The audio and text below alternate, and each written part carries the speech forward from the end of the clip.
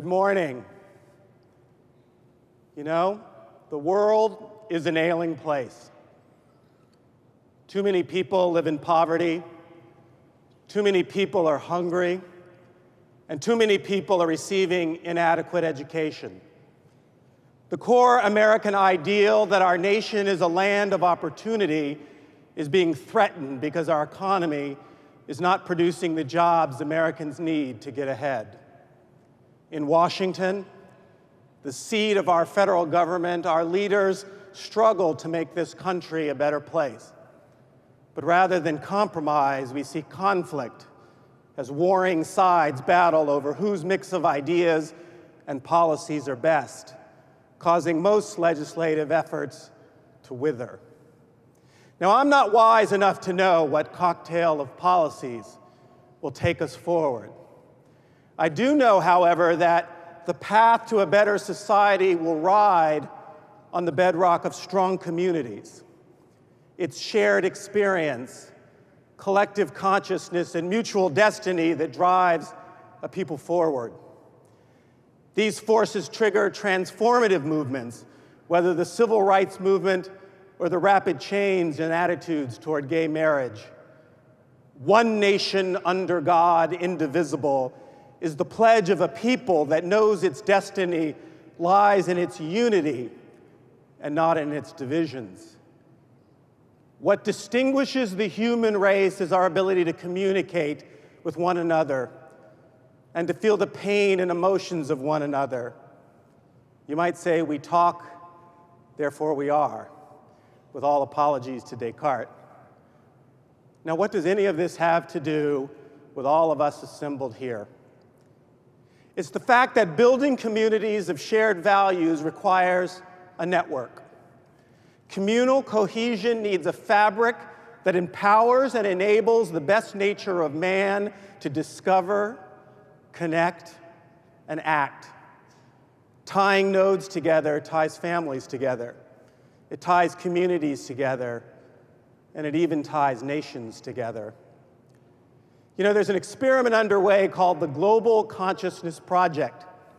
The project has set up random generators all around the world.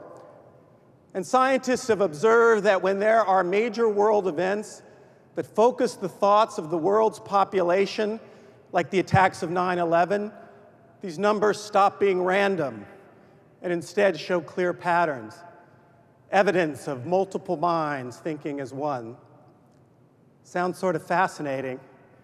And if really true, it sure blows away Facebook and Twitter for sharing thoughts, and WhatsApp seems like money down the drain.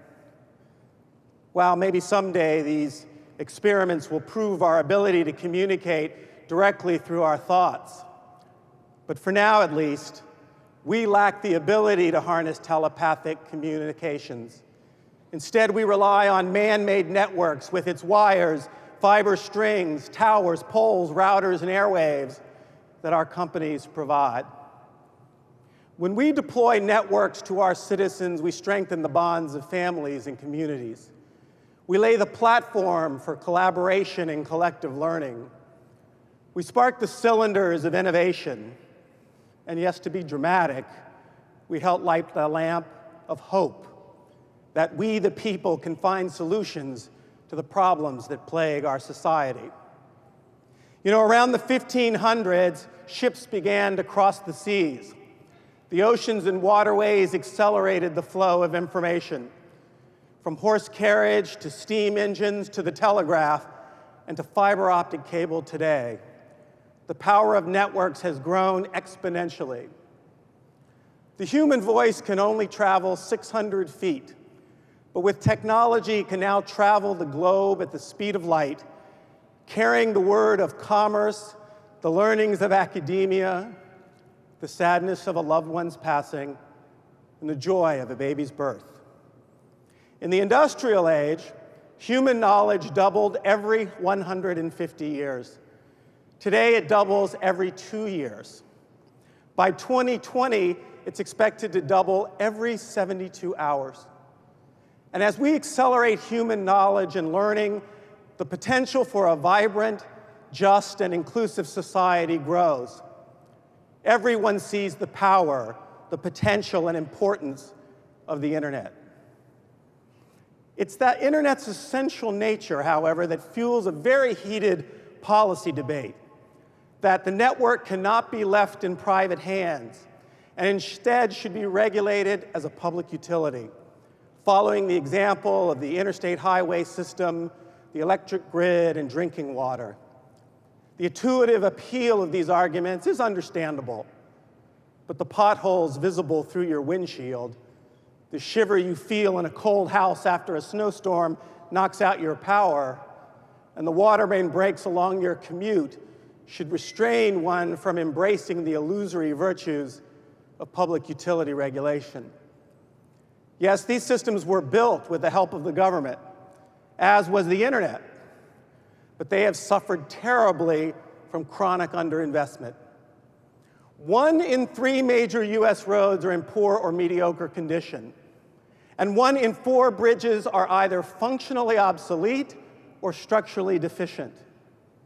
The Federal Highway Administration estimates that $170 billion is needed annually just to fix our congested and crumbling roads. Most Americans' drinking water infrastructure is nearing the end of its useful life.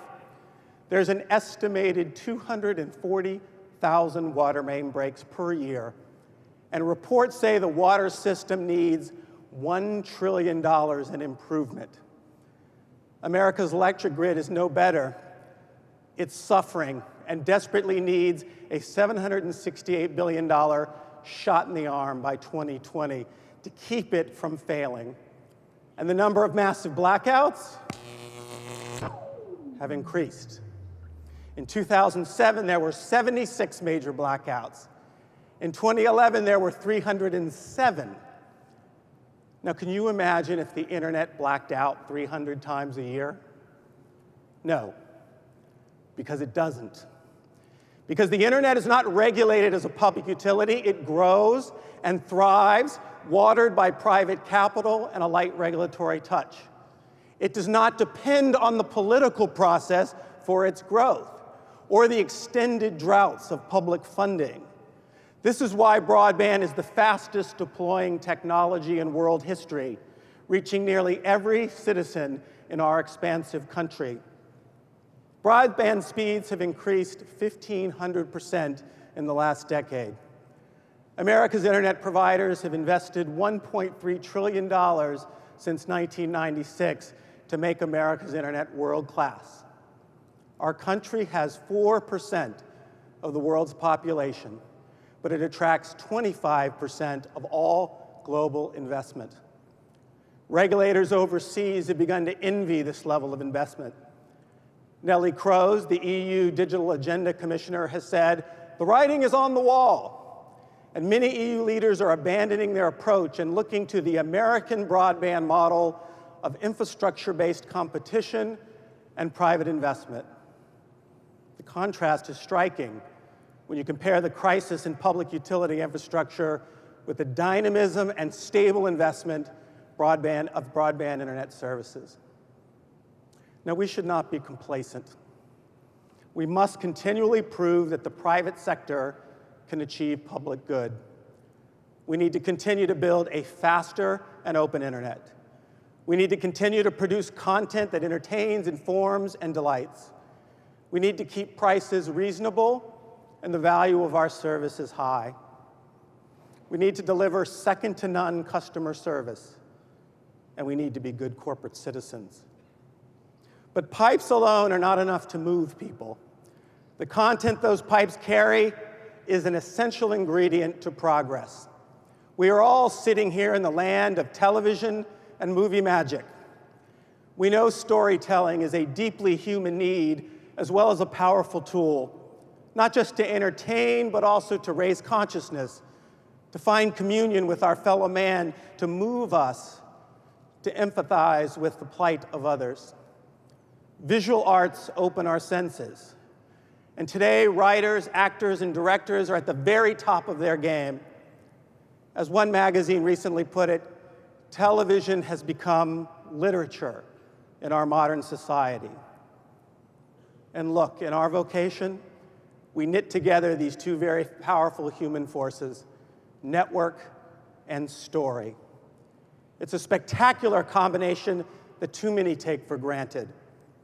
We spend time talking and fighting about regulatory gains and losses.